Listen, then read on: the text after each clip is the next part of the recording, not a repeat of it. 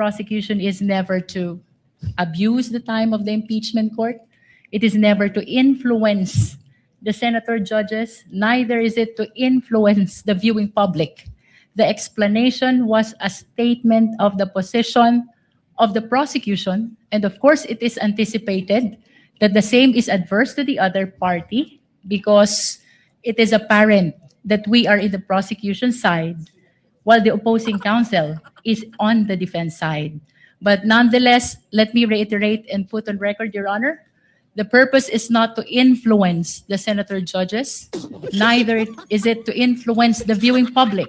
It is only a statement of position of the prosecution for withdrawing the names of the prosecution's witnesses, Your Honor. Inilagay nila sa witness stand. Nako, giba, lalong magigiba sila. Paribik pareha. And of course, yung dalawa pong Nakabahan si ate sisimulan na sa Tuesday. Itong confidential fund. Kaya bang simple magsalita, malumanay, hindi kagaya ng iba dyan. Diba? Walang binabasang notes. Ito. Pagkatapos ho ng trial. So, I'll take questions po. Di na po ako mag-opening statement. Sabi ng prosecution na yung statement ni Vice President Sara Duterte na forward of those subjudice issues. Siguro that's up to the court to decide po. Hindi na po ako mag-comment tungkol dyan. The Vice President has stated what she felt. Yes. Good morning mga kasama. Nandito naman tayo si Kuya Goods nagbabalik. At syempre kung di ka pa nakasubscribe, mag-subscribe ka na at hit mo na rin yung bell para laging updated sa ating mga video. Bakit nyo winidraw? Yan ang tanong ng ating kababayan Kung malakas naman ho ang iyong kapasidad na ipanalo ang kaso at yung kinakaso nyo kay BP Sara, hindi nyo kailangan mag-withdraw. Ang dami yung sinabi na meron ng mga lapses, baka gusto niya lang palabasin. Alam naman ng taong bayan ito na talagang yung mga witness nyo ay hindi nyo kayang ilabas. Ngayon, para hindi siguro mapahiya, talagang kailangan i-withdraw, sabi ni Aling Ledesma. Ngayon, mahihirapan kayo makakuha ng puntos ngayon pagdating dito. Dahil ano iisipin ho ngayon ng presiding judge at mga judges, mga senator judges dito. Diba? Bibida-bida, wala naman palang magagawa, wala naman palang ebidensya at witness na ipangpatatapat pa at may sasabi nilang panalo na sila. Simulan natin ang story pero bago tayo rumekta, andyan po yung join button, pumindot ka na at sa dulo ng ating video, syempre yung shoutout segment natin. Simulan natin dito. Ano ang statement dito at bakit winidraw yung kanilang yung kanilang mga witness dito? Bakit nila winidraw? And with all due respect to Honorable Senator Pia Cayetano, the intention of the prosecution is never to abuse the time of the impeachment court. It is never to influence the senator judges. Neither is it to influence the viewing public. The explanation was a statement of the position of the prosecution. And of course, it is anticipated that the same is adverse to the other party because it is apparent that we are in the prosecution side while the opposing counsel is on the defense side. But nonetheless, let me reiterate and put on record, Your Honor, the purpose is not to influence the senator judges, neither is it to influence the viewing public. It is only a statement of position of the prosecution for withdrawing the names of the prosecution's witnesses, Your Honor. Withdrawing the names. Ano lumalabas doon? Ganon din. Bakit? Hindi siguro mapaharap. Diba? Sino-sino ba ang dapat pa ipatawag dyan? Nabanggit doon sa hearing na yan. Ngayon, kung hindi nila kayang iharap yan at wala talagang aharap, ganun ho ang kanilang way. Ganun ho ang kanilang strategy. Kasi nga, mapapahiya sila pag hinanap na ho ng mga senator judges yung mga nasa listahan. Sa puntos na naman tayo dito. Di ba? Kaya nga ho, yung mga ganyang mga bagay, alam na natin na isang palabas, isang sarswela, nakakahiya ho, lalo na yung bakbakan, unang opening statement pa lang. Hindi mo kailangan magbasa kung alam mo yung pinaglalaban mo. Kung nasa isip mo, dahil sabi nila, abogado daw ito si Tok, no? Tila ba nilamon ng kahihiyan. Dahil sa galing ng mga depensa, pagsasalita, pagpapaliwanag, at magaling, yung mga nilalaman, tinutumbok, nasa batas at nasa konstitusyon. Hindi kagaya ng ito, mga prosecution, kung hindi notes ang nangyayari, hihingi ng lifeline. Call a friend. Isipin nyo mo. Ngayon, nagkaroon ng balitaktakan. Di ba? Nung pagdating at natapos na yung usapin kahapon, yung trial, umabot lang ng mga mag-aalas 5. Tama ba? Hindi na umabot ng alas 7 kasi nung mga nakarang araw, umaabot ng alas 7 dahil nga palpak. Ang daming kwento. Wala naman palang mapakita mga witness o yung sinasabi nila na inutusan ni VP Sara. Ngayon dito, habang mainit ang usapan diyan, Season versus Luistro sa issue ng conclusion. Ano ba ang dapat maging conclusion dito sa ginagawang hearing? Dapat, sila magpapaliwanag sa atin kung ano yung dapat maging conclusion. Pagkatapos at bago ba o pagkatapos? Sa tingin nyo, i-conclude mo. Pwede mo rin i-conclude, pwede rin bago magsimula, nasa kaligitnaan at siyempre pagkatapos. Conclusion mo yun eh. Ikaw, mamamayang Pilipino, ano conclusion mo pagdating dito? Pero dito sa naganap, tila parang debate. Parang ito, isang ano rin to eh. Makikita nyo yung magaling sa magaling at doon sa nagpapanggap. All I'm asking is, if the intent is just to say, we're withdrawing, then that's it. Just state the intent and then without any conclusions, Your Honor, because conclusions really are just for the courts to make and not for either of the parties. Thank you, Your Honor. Manifestation, Your Honor? I'm sorry? Quick manifestation, Your Honor? Yes. Just to respond to the manifestation of the defense. Yes, the Honorable Luis. Nais ko lamang pong ipaalala sa ating mga kababayan, this is a constitutional process. This is of paramount of importance.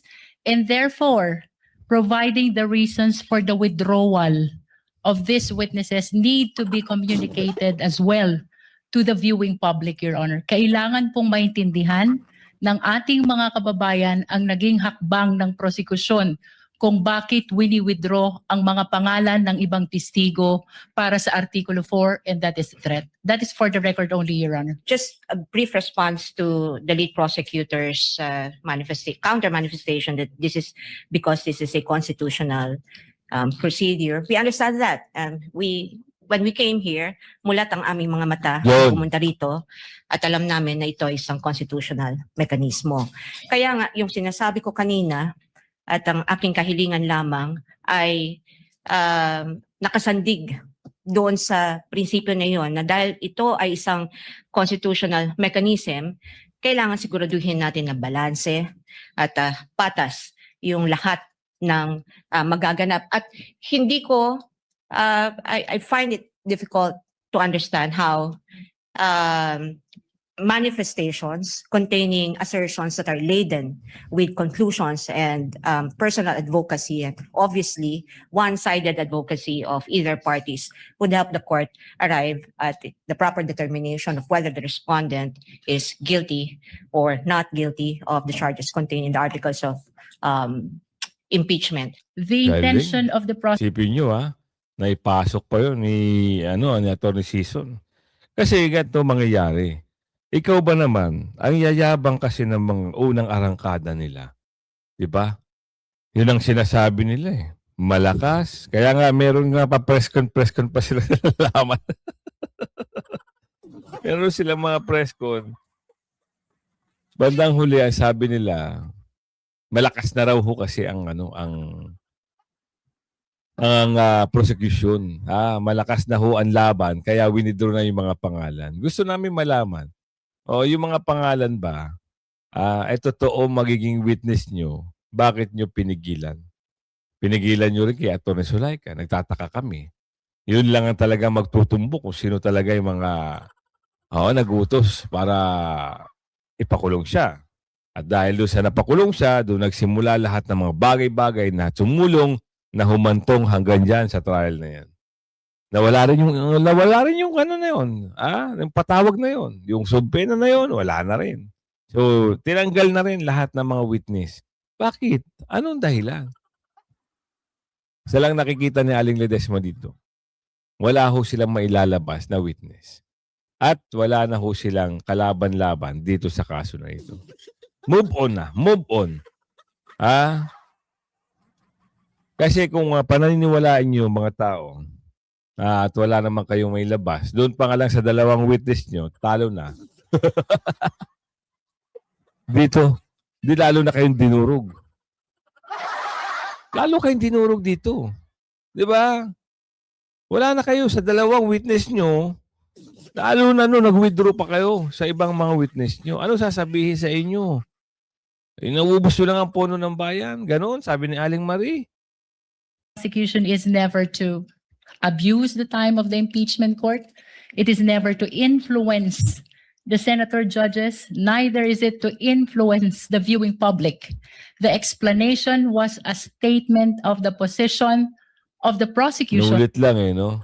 Dito tayo, lalo silang kaya nga sabi ko nga sa inyo, pag ikaw ay isang judge, lalo na sa nangyayaring hearing na ito, alam mo na kung sino yung may mga mali. Alam mo na sino yung mga nagsisinungaling. Kasi nga, wala na silang maiproduce ng mga witness. Diba? Kaya gumagawa na lang ng paraan para hindi sobrang bukayo. Gawa natin ng paraan to. Kailangan masabi natin na i-withdraw. Okay lang naman mag-withdraw. Pero gusto nga ng kampo ng depensa, bigyan nyo ng magandang pagpapaliwanag. Bakit hindi nyo maiharap yung mga witness na yun? Ngayon, dito sa pulso, Atty. Sal Panielo, nagsalita na rin patungkol dito. Lalo silang magigiba. Atty. Sal, hindi paghaharap ng mga testigo. Kita nyo, abogado ito. Diba? Lalo silang masisira. Wala na mangyayari. Kaya ang lumalabas ngayon, itong nangyayari ngayon, tila paninira na lang talaga. Wala talaga silang lalo na doon sa ito, Article of Impeachment 4.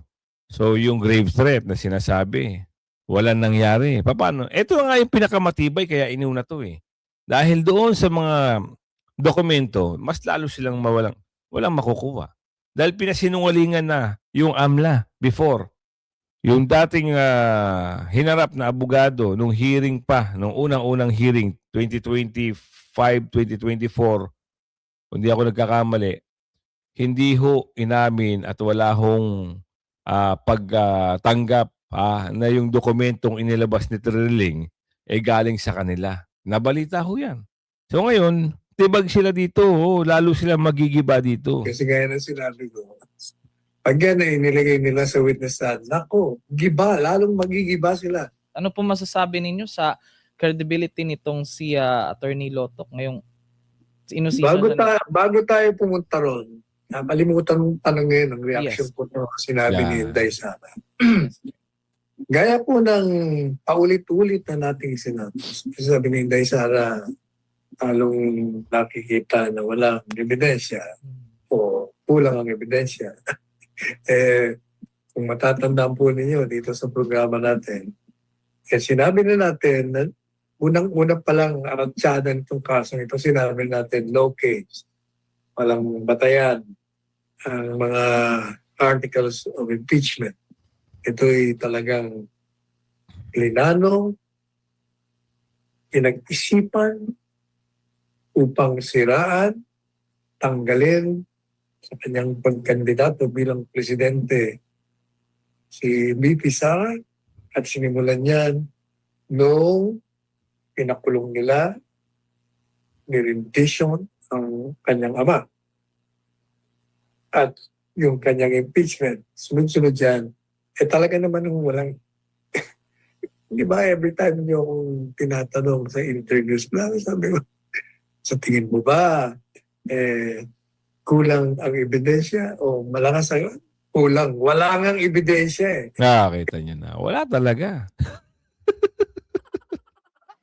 Kaya dinadaan nila sa press con. Press con dito, bago magsimula, pagkatapos ng press con, Sabado, Linggo, press con. Kasi yun na lang ang chance ng mga prosecution o itong mga maleta gang, na talagang makasira ng pangalan.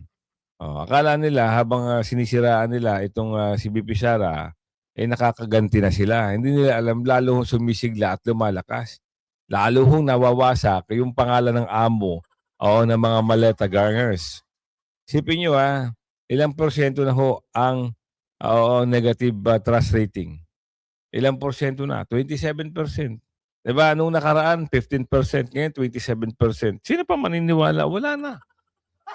Kahit sino ho i-rekomenda o itaas ang kamay bilang Pangulo o magiging manok nila sa 2028, wala na hong pagkapag-asa. Mangangamote ho, for sure. Kaya para-paraan na lang ho, ginagawa na lang ho sa press conference kung ano yung gusto nilang gawin. Diba? Nagimbal sila, kaya Attorney Season sila no? Nagulat sila kung paano ang galing, kung paano magsalita, kung paano gumiba ng isang nagyayabang na abogado. Kaya nga yung iba, ayaw na ho magsalita dyan Tignan nyo yung binayaran mga prosecution, yung private. Ano nangyari? Ayaw na ata humarap. Diba? Ganun lang kasi gagawin. Binayaran ng gobyerno. Tapos wala naman palang matibay na ebidensya. Nasira pa reputasyon. Yung lead counsel, lead defense. Ano nangyari? Na-miss lang katawa-tawa. Huwag kasi masyadong maingay. Ang sabi ni Aling Ledesma, ang lata, maliit man yan o malaki. Pag walang laman, maingay.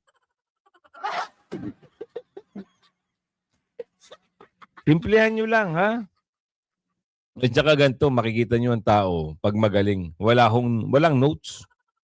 Walang binabasa. Pero pag nagsalita, sure ball. Paano mo nasabi, Kuya Goods, na Hindi talagang ang papel na lang ngayon nila dahil gibang-giba na sila, gagawa na lang sila ng press con.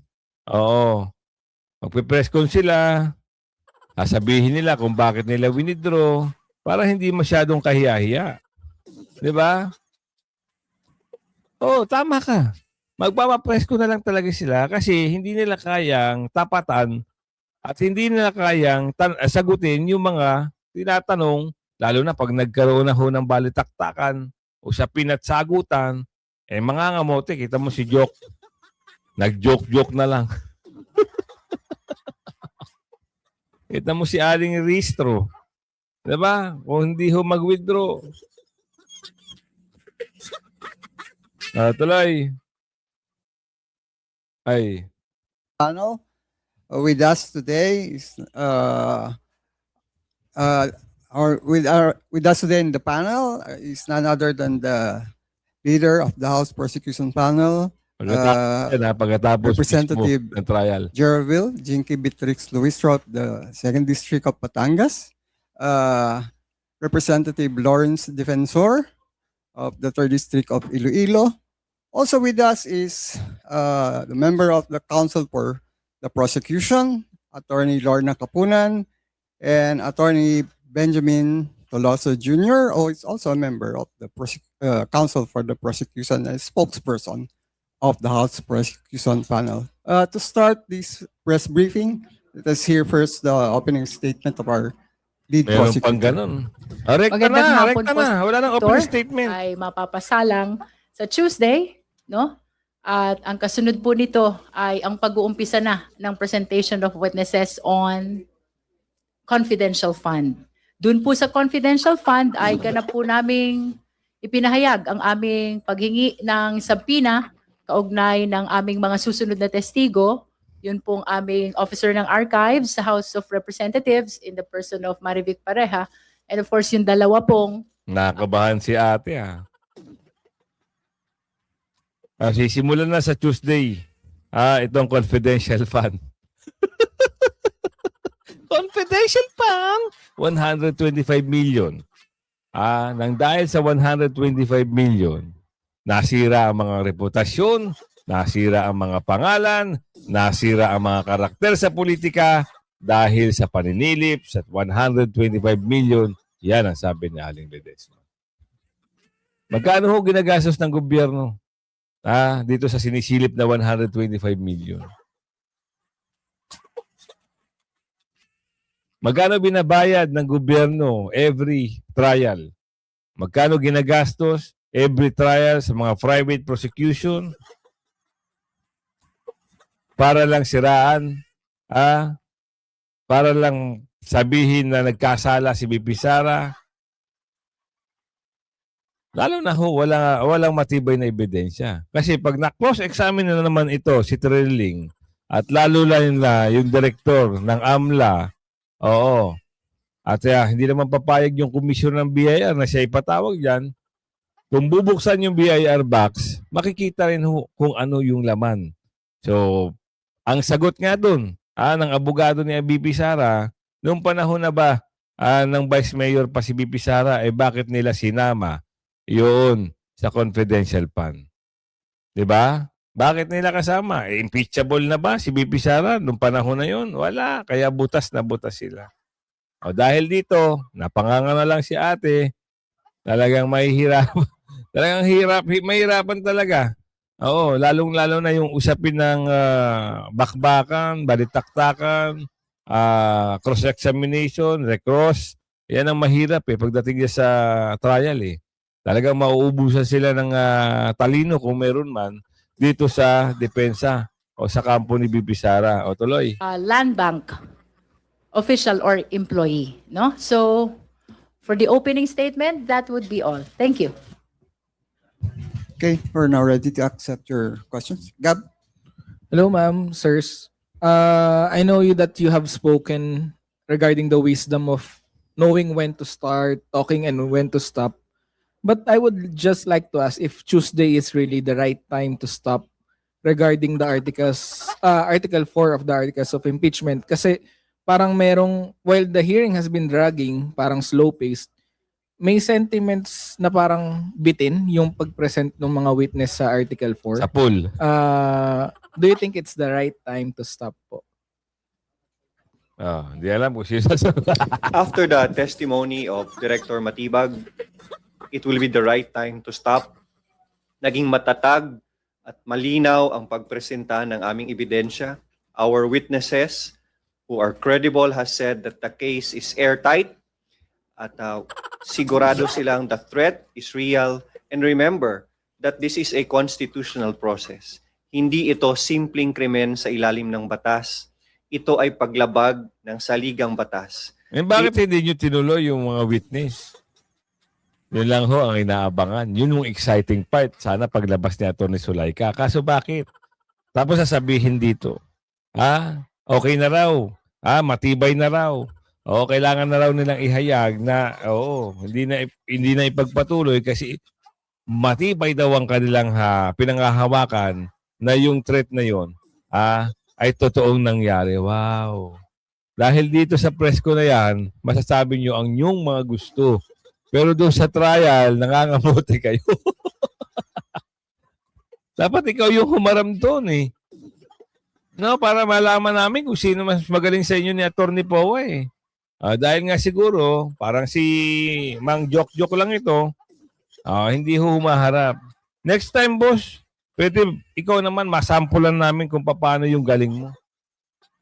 Ang kaharap nyo pa lang ang kaharap nyo pa lang. Depensa, Attorney Sison, Attorney Magpoa, hindi nyo pakaharap si BP Sara dyan at hindi nyo pakaharap si Attorney Zulaika. Kung yun ang maharap nyo, sigurado, maubusan kayo ng sasabihin.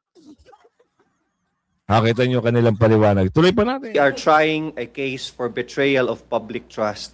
At sa ebidensya pa lang na napakita ng prosecution sa una naming dalawang testigo, na makikita ng malinaw at matatag ang kaso.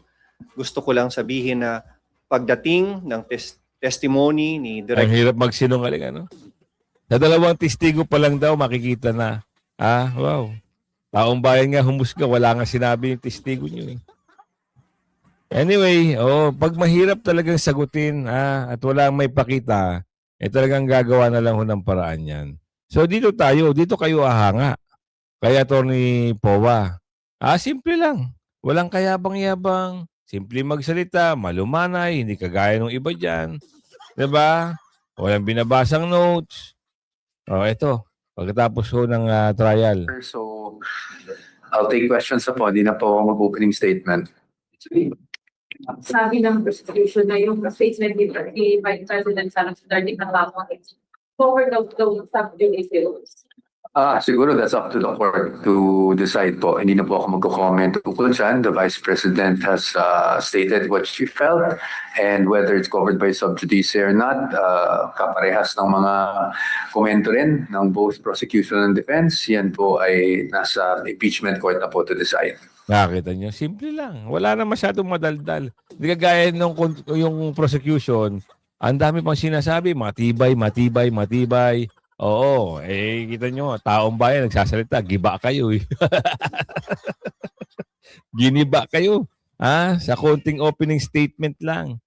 Ni Atty. Powa at opening statement ni Atty. Sheila, nawindang sila. Di ba? Doon pa lang. Nagbasa, sabi ng tao, ay, nagbabasa sila. Samantalang yung abogado ni BP Sara, wow, walang binabasa, dire-diretso, mga sinasabi. Dire-diretso at walang pa sikot-sikot. Di ba? Nashock din ako, nagulat ako. Ang galing talaga ng abogado ni BP Sara. Di ba? Kita nyo ito. Hindi ho sila nagdadagdag kung anong gusto lang sabihin. Nakadepende ang sagot nila sa batas, sa konstitusyon, kung ano yung ruling, doon sila nagbabase. Walang masyadong pakwela. Di ba? Tama? Yung iba, ang daming pakwela. Sir, doon sa manifestation po kanina ni Lead Counsel Attorney Sheila Sison, bakit po important yung ganong manifestation na kailangan maikli lang po ang mga manifestation before? Na-explain naman ni lead prosecutor Luis din po yung kanilang side, so we have to respect that. Pero on the part of the defense, ayaw lang po natin yung mga ganyang manifestation because if there are conclusions of law and conclusions of facts rather, ang nangyayari kasi nako-condition yung publiko, no? Hindi naman, lalo na pag technical yung mga nangyayari, syempre gusto natin may paliwanag sa publiko, pero pag sa ganung paraan, ang pakiramdam po kasi ng defense ay nagkakaroon ng summation ng kaso at dahil doon ay kinokondisyon natin, no, yung publiko at yung mga senator judges kung ano ba talaga yung ina-advocate natin at gusto lang natin maging patas tayo na pag mag-withdraw tayo ng witness, we simply have to say na i-withdraw natin yung witness. At nasabi naman po ng ating presiding officer na kung kailangan mang i-explain yung reasons because, we also understand the side of lead prosecutor Luis Tro. Maaari naman daw pong i-explain sa mga press con. Sir, mas marami pang mga witnesses sa withdraw Article 4. Anong meaning yan sa inyo, Sir Defense? Sa amin naman po, wala. No? That is really the prerogative of the prosecution. Pagdating din ng time ng defense, kami rin po ay baka mag-withdraw ng maraming witnesses depending on how we think our case is going. So sa atin, we will just move on to prepare for Article 1. No? But we have been preparing naman for quite some time. So we just need to shift our attention now to Article 1. But of course, without forgetting that Director Matibag will still be called next week. Yun ang kabang-abang. Marami daw nalalaman yung mama na yun. Asahan natin, expect natin. Tignan natin kung paano sumagot ang mama doon sa Senado. Kasi ewan ko doon sa mama na yun, yung nababanggit dito. Ngayon, dahil hawak nila ang beat, medyo okay. Medyo confident sa kanyang sarili. And let's see what happened after na umupo si BP Sara. Pagkaupo ni BP Sara, tignan natin kung ganun pa rin ba ang mama. Malalaman natin yan. Kasi kung ano yung nakikita nyo, lalong-lalo na yung nangyari sa Senado last June 1. June 1 ba yun? June 1. Talaga hong matindi. June 11, sorry. Talaga hong matindi. Diba? Tapos tumatayo. Medyo Alam mo yun, masyadong ano ba yung masasabi mo na nagkakaroon kasi ng balitaktakan eh. Masyadong believe yun sabi nga ni Senator Pia, masyado silang believe. O malalaman naman natin sa pagdating ng 2028. Eto narinig niyo na kung ano yung mga bagay-bagay, hindi ho maingay, hindi ho lata ang mga depensa para sabihin. Ngayon, kung sino ang magiging dihado ngayon dito at sino yung parang magigiba na, sigurado ang prosecution. Wala na ho ibang conclusion ng tao, bakit winidraw? Ibig sabihin, wala talaga sila magpakita. Kaya naman maghintay ng mga taong bayan eh. Oo, kung ilalabas nila o hindi nilalabas, basta i-hearing, ilabas nyo yung mga ebidensya at witness nyo. Nauna silang mag-withdraw, magagawa dyan. So, kaabang-abang ito sa Tuesday. So, anong araw pa lang ngayon? Thursday. So, Friday, Saturday, Sunday, Monday. So, 5 days to go. Malalaman natin itong si NBI kung aatin. Kasi nung naka-schedule ata siya ay nasa Thailand. Talaga naman, magkakaalaman na yan. Kaya kung umabot sa video natin ito, ako naman ay maglalambing. Paki-like, share nyo yung video natin. At syempre, subscribe nyo rin si Mang Banat. At syempre, itong shoutout segment natin, hindi naman tayo magtatapos hanggat hindi ko kayo nasa shoutout. Ngayon, kung hindi kayo umabot dito sa shoutout segment natin at minsan hindi nyo napapanood yung mga video natin, balikan nyo ma'am, mula kay Voltaire. Oo.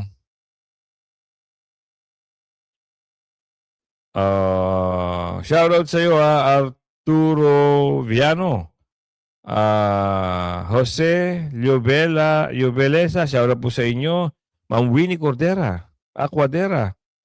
Shoutout po sa iyo Rasdi Wahab, Jane Jasbret Da Salvawareg. Daw, ang haba. Jane Jasbret. Yun na lang. Shoutout po sa iyo Venny Carpo, shoutout po sa iyo. Aryan UK. Ruben Liano, shoutout po sa iyo. Rose Arcadio. Ma'am Amaj de la Torre, shoutout po sa iyo, ma'am. Mercedes Campos. Lumaco Demos, shoutout po sa iyo. Life and Travel, shoutout po sa iyo. Marie Tan Tomas, shoutout po Ma'am Bergici Tameha, shoutout po sa iyo. Mihode, shoutout po sa iyo. Jose Asmolo, shoutout po. Veronica Peralta, shoutout po sa iyo. Insay Cruz, shoutout po sa iyo. Von Depra, shoutout po sa iyo. Paul Kamat, shoutout po. Maria Luz Dungo, shoutout po. France Vale, shoutout po sa iyo. Darlene Narvino, shoutout po sa iyo. Abdul Rakman Israel, shoutout po. Bangles Benaventura, shoutout po sa iyo. Modesto Garduque, Inday Moises, shoutout po sa iyo. Julia Sugiyama, shoutout po sa iyo. Ma'am Julia. Eugene Sidila, Vian Macno Maribel Mabanta, shoutout po sa iyo. Anoy Freshwater Lake, shoutout po sa iyo. Nestor Vidal, Kisnab Hipolito, shoutout po sa iyo. Jane Lumaco Demezu, shoutout po sa iyo. Lumaco Demus. Shoutout Edwin Lucin. Ariel Rivera, shoutout po sa iyo. Mary Jane Paz, shoutout po sa iyo. Honorato Dulo, shoutout po sa iyo. Lucy 2561, Bangla Benaventura again. Mary Gina Pelola, shoutout po sa inyo. Noel Rueta, shoutout po sa inyo. Jenny Sadin. Opo, Christina Hipolito muli. Shoutout po sa inyo. Mary Windal Loyevet. Edwin Tilio, Felicita Higal, Gihal, Bingalio, shoutout po sa inyo. Eva Tirador, shoutout po. Loma Codemasu, Sheila Marioso, Ami Aguila, shoutout po sa inyo. Yan, kumabot kayo sa video natin yan. Ako ho'y maglalambing. Please like and share. Hanggang sa muli. Bye-bye!